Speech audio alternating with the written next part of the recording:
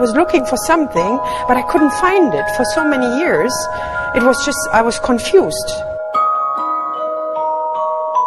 I felt out of place with my friends, because for my friends was always, oh, it's weekend, or we need to party, let's open the first bottle of beer and let's get dressed, where I thought, why? Yeah, difficult year. And then all of a sudden, the world had changed.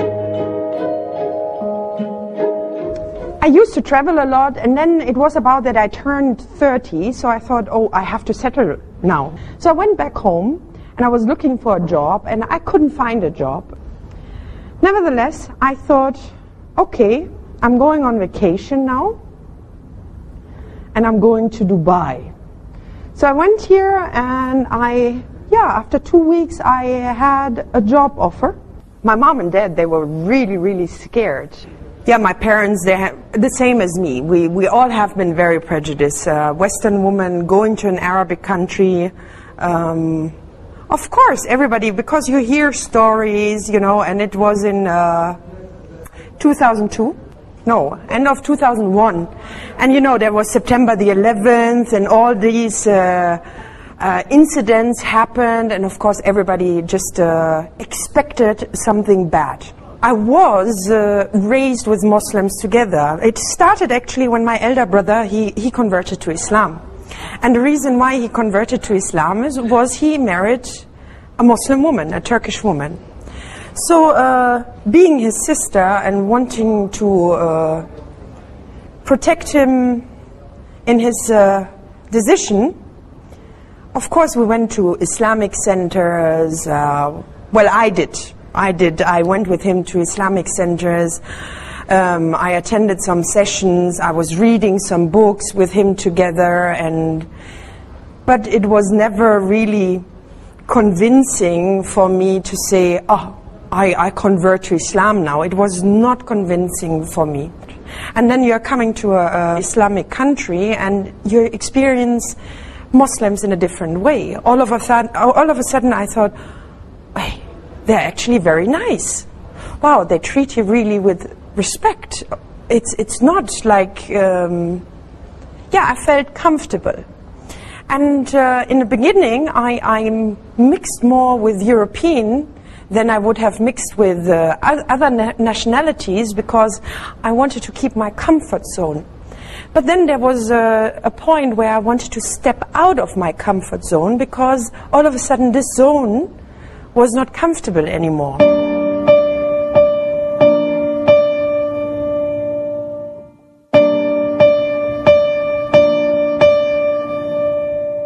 Six months before I spoke my Shahada, I started to wear abaya. I loved the abaya from the beginning, but I always avoided to wear it because I thought that's an insult to the locals here. Me, the white one wearing this abaya, and everybody gets maybe offended or something like that.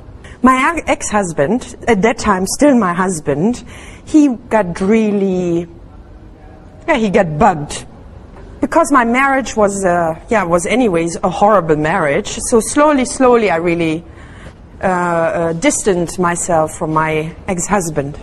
Back home, in our four walls, it was a discussion to get separated. And I was asking him all the time to move out. And he was always, no, you are my wife and I'm going to stay here.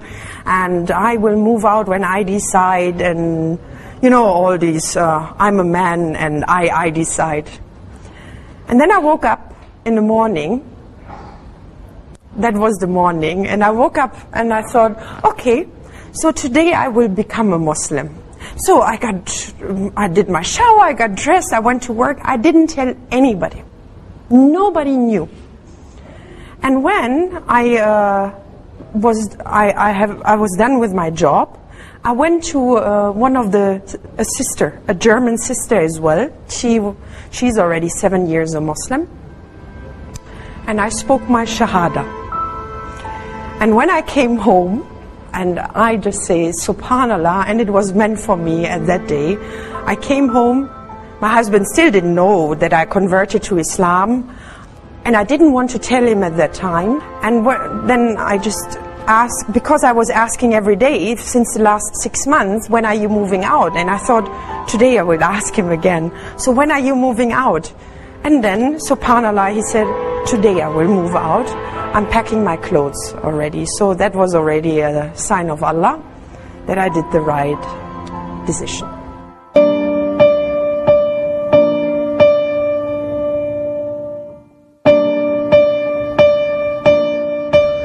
I spoke my Shahada on the 25th of June 2009.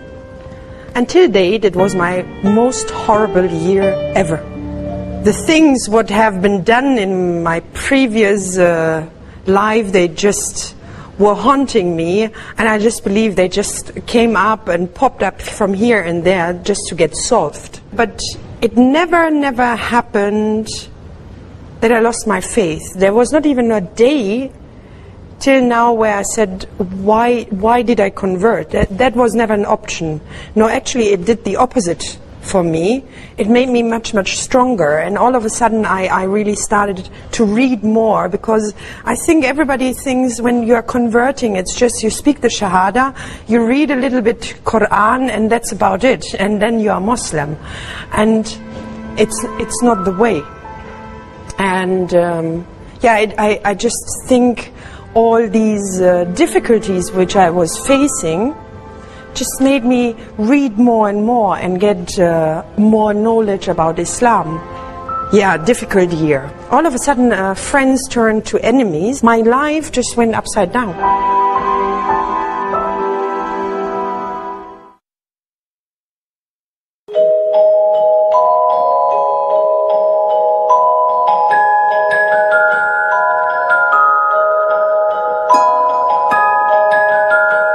At that time, one of my friends got really close to me. Her name is Kate, and she really supported me a lot.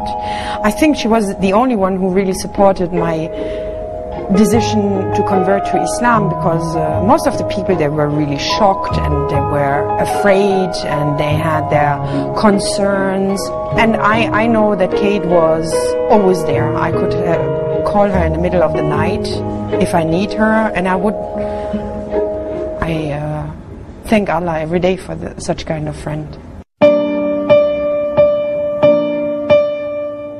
Kate was not a Muslim at that time. Kate was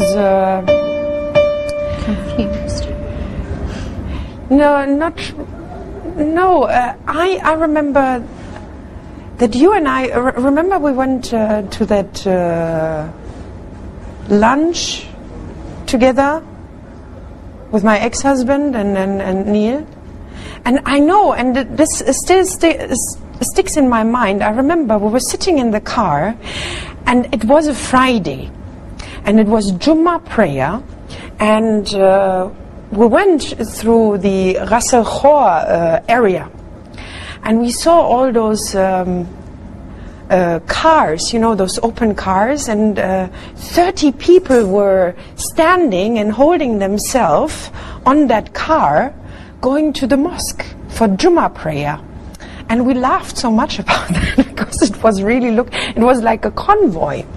So we laughed very much, and we thought it is very dangerous going like this for a prayer. Why would they do that? Why would they risk their own safety, security, just for a prayer? And we were talking that all of the sudden the talk was in that car about religion, and I remember that you said, I'm not religious, but if I have to choose what religion I would follow. We were just all of us in the car laughing, and then I said, oh, if I had to choose a religion that I believe in, or I believe the basics of, not having full knowledge about it, I would choose Islam. And everyone laughed at me.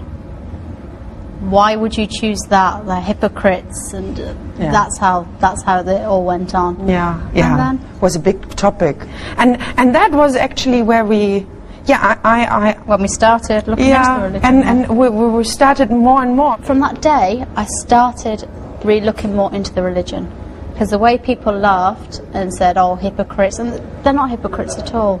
And they said to me, "Why would you choose it?" Because I believe in the basics of the religion, because that's all I knew at the time. And you look at the Arab families, and they're all very close knit, and I think that's fantastic. Whereas from where I come from, you don't all come together on a Sunday, which would be our day that all families come together. Everyone does their own thing. We all live our separate lives.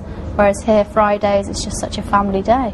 All I learnt from school when we were studying religious education, which is compulsory, so we had to study it, we learnt all about all the different religions. When it came to Islam, my studies teacher said to me, to sum it up, Islam, the people that follow it, they're a bunch of terrorists. And that was it. That's all we learnt about Islam. Nothing else. And that's stuck in your mind. And think of all those people then, if that's the attitude of what the teachers give him.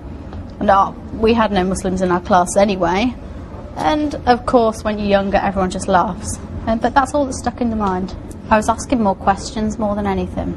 I didn't go to any Islamic centres, read any books.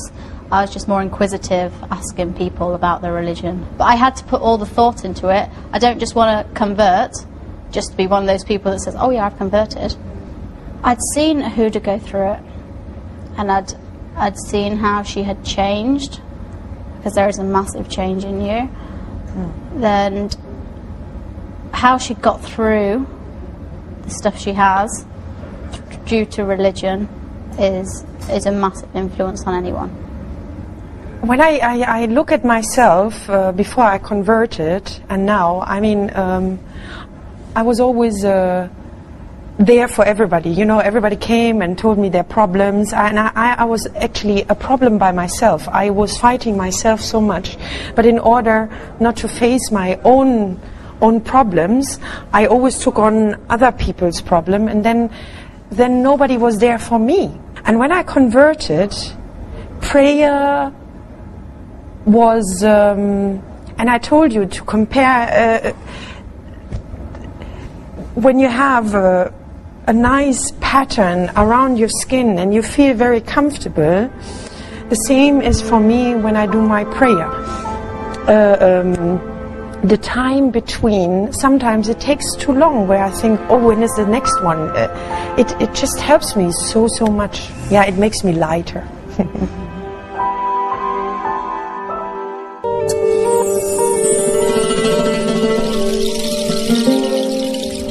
They asked me why I dress like this. Straight away, who am I married to? And I said, well, I'm not married. Really? So you dress like this out of choice? I said, yeah. I said, I converted. You converted. But how come you don't cover your face completely? Because that's what people think, that you should be covering your face completely. And she was saying how interesting it is, and they're only here and they're flying back on Tuesday. And she said, the conversation she had with us in that little time, she's learnt so much.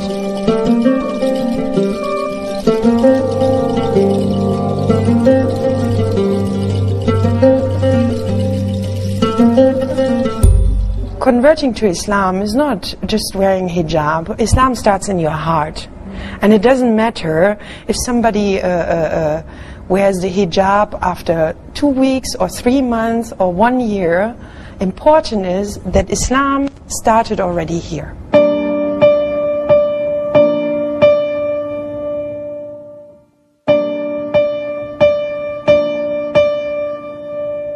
It's always something to turn to, your faith, always. It's always there. When you've had a hard day at work, sometimes I don't want to talk to anyone. I can go home, I can read the Quran, and it's just a way of settling yourself. Yeah, I believe it's quite a challenge as well, you know. I would never have thought, I mean, coming from a non-spiritual family, I would never have thought that, you know, a prayer can make you strong, and that you even get up happily in the morning for Fajr prayer. You know, I remember it was especially on weekends that you were just tossing and turning around and didn't want to get up because there was nothing to get up. But now it's just happily, you know, when as soon the adhan is going on, and you think, oh, Fajr prayer is coming, let's get up. And then, you know, it keeps you so strong.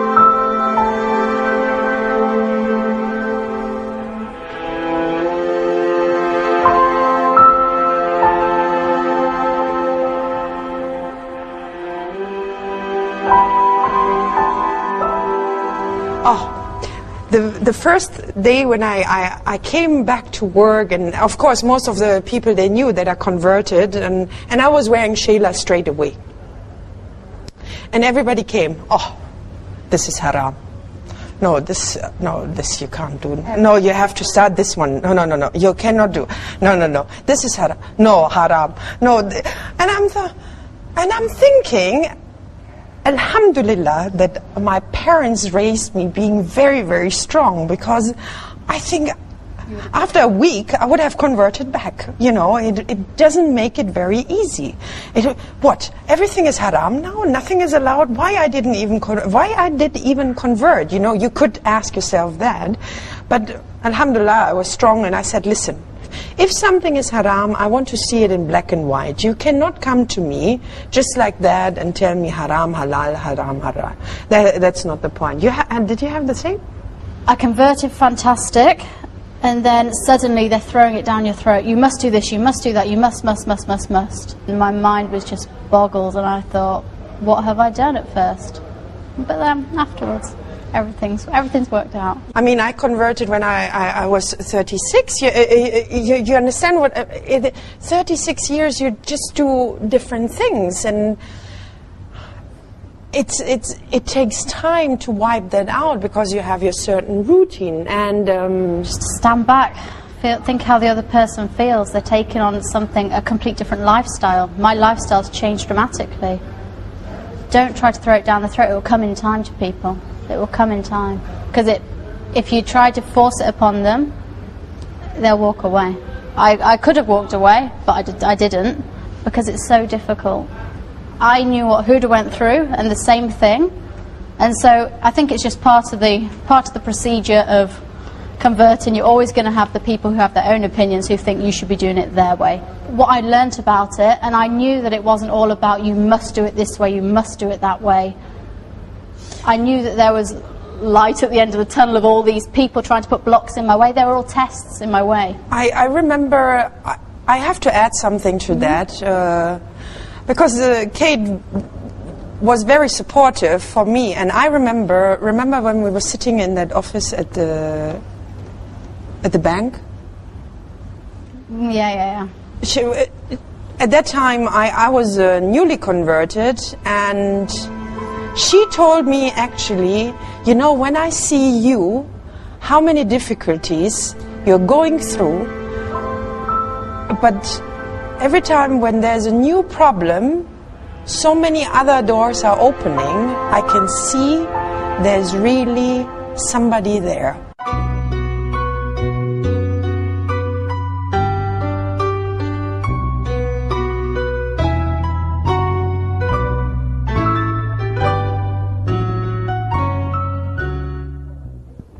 It's recording?